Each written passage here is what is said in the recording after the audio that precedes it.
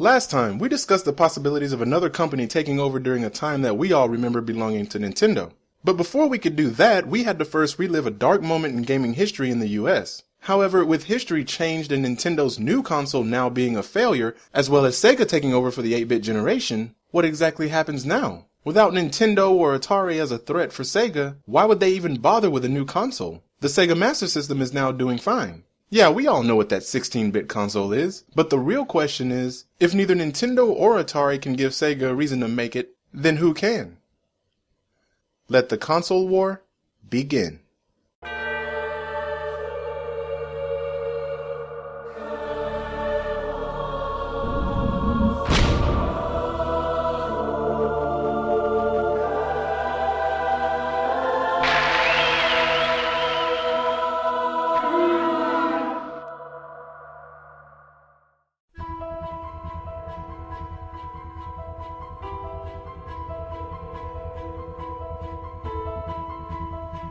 Generation 3 belongs to Sega. Nintendo is out of the picture and Atari is having their own problems. Everyone in our altered events are looking at the Sega Master System the exact same way people in the real events looked at the Nintendo Entertainment System. In this event, this would be the part where Sega creates a new 16-bit console, but in the altered events, they don't need one. Plus, they have most of the third-party support. At this point, it'd be too risky for another company to make another 8-bit console to compete with Sega. So someone's going to have to make the first jump to the 4th gaming generation in our new altered events the same way Sega did in the real events. But there's something interesting happening here. Now, in our altered events, there's a character that seems to be building up quite a bit of popularity for Sega's console, and people are starting to really like this guy. He's becoming more popular by the day and is even getting his own cartoon.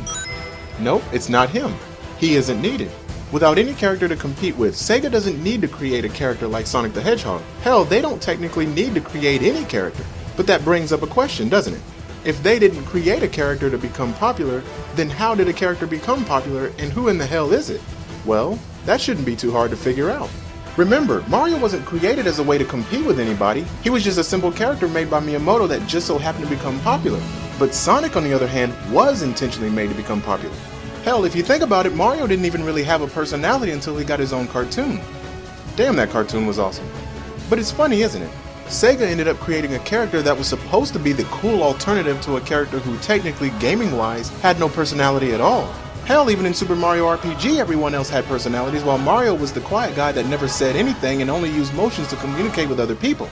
So if this new popular character isn't Sonic, then who is it? Well, let me ask you guys this question.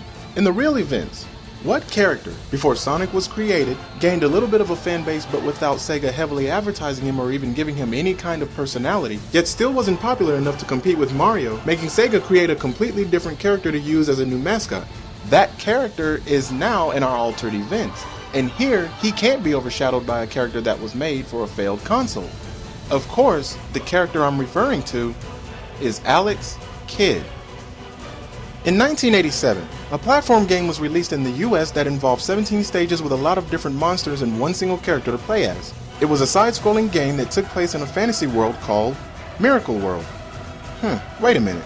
How could I say that this character became a mascot when, like Sonic, he too was actually made to compete with Mario? Well, first we have to ask ourselves, what made Mario popular to begin with? He wasn't the main thing that originally sold the NES, Rob was. Not only that, but Mario at this point already existed in a different game, yet Nintendo didn't try to push him at the start. If they knew that Mario was going to be as popular as he was, they wouldn't have even bothered with Rob, hence why they only made 2 games for him after realizing just how popular Super Mario Bros. Was starting to become. Sometimes characters are intentionally made to try and become popular, while other times a character can be popular or a mascot without intentionally trying to be. But intentional popularity seems to happen when there's already a popular character leading a generation. In a way, Mario's popularity happened almost the exact same way Master Chief's did. Think about it.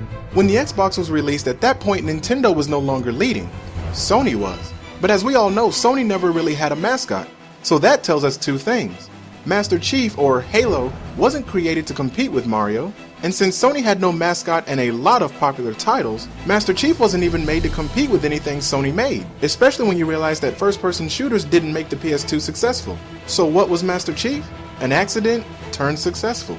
Both of these characters were simply made for a certain genre that became popular, one being for side-scrollers and the other being for first-person shooters. If the genre becomes popular, then the game has a good chance of becoming popular as well. And if it does, then of course the main character would become popular with it. Nintendo didn't know if Mario was going to be popular because they didn't even know if side-scrolling games would be popular. Add to that Mario had no character to compete with, so he wasn't intentionally made to become popular, it just happened. And when it did, Nintendo took the character and ran with it. Alex Kidd was Sega's first answer to Super Mario Bros., but in our altered event, Super Mario Bros. Never even got a chance as people assumed that the NES was going to be just like all the other consoles, and Rob just couldn't cut it. So Sega still made a side-scrolling game to compete with, the game they were competing with just didn't get a chance. So it wasn't so much that Mario failed because people didn't like it, but that he never really got a chance because people made a bad assumption. They didn't know that they were going to like side-scrolling games, and because of that, Alex Kidd was able to become popular. So in the real events, Rob was a successful way for Nintendo to bring the NES to the US and make side-scrolling games popular. But in the altered events, Nintendo made the mistake of trying to use Rob as a way to sell the NES in the US by trying to get the bad taste people still had in their mouths over the gaming crash. Sega, however, didn't use any gimmicks. So now Alex Kidd is a character used to compete with another character that never got a chance. Side-scrolling games still became popular, the popularity just started with a different character. So in the real events, Mario became popular unintentionally, but in the alter events, Alex Kidd became popular unintentionally, the exact same way Mario would have if the NES didn't fail before he got a chance. Oh man, that took a while. We've got a console war to start. Let's continue. Okay, so as of right now, Sega's the most popular gaming company and now has the most popular video game character. At this point, competing with Sega in the 8-bit generation is pointless. However, a new console's being created. A company's trying to double what the Sega Master System can do. We now jump ahead to August 29th, 1989. A company by the name of NEC releases a new console to compete with Sega. They're telling everyone that they have a console with 16-bit graphics. They even put it in their name. People are a little intrigued. 16-bit graphics? What does that even mean? What have we been playing this whole time? Then it happens. People start seeing commercials for this console. People are hearing that this new console is better than the Sega Master System. Why? Why else? It has better graphics. And now the console war begins using, once again, the same exact argument that was used in the real events. 16-bit graphics are better than 8-bit graphics. And not only that, but wait a minute. Do you guys notice something strange about this thing? This doesn't really look like 16-bit. That's not to say these games look like they'd be boring, but to advertise this as better graphics? Something's not right here. We need to check the real events and find out what's going on. When we think of 16-bit graphics in the real events, we normally think of this. Not this. And the people in our alter events still don't know what 16-bit really looks like. But if this is what they have to go by, they may get the wrong idea. This console failed in the real events, and looking at it now, it just may fail in our alter events as well.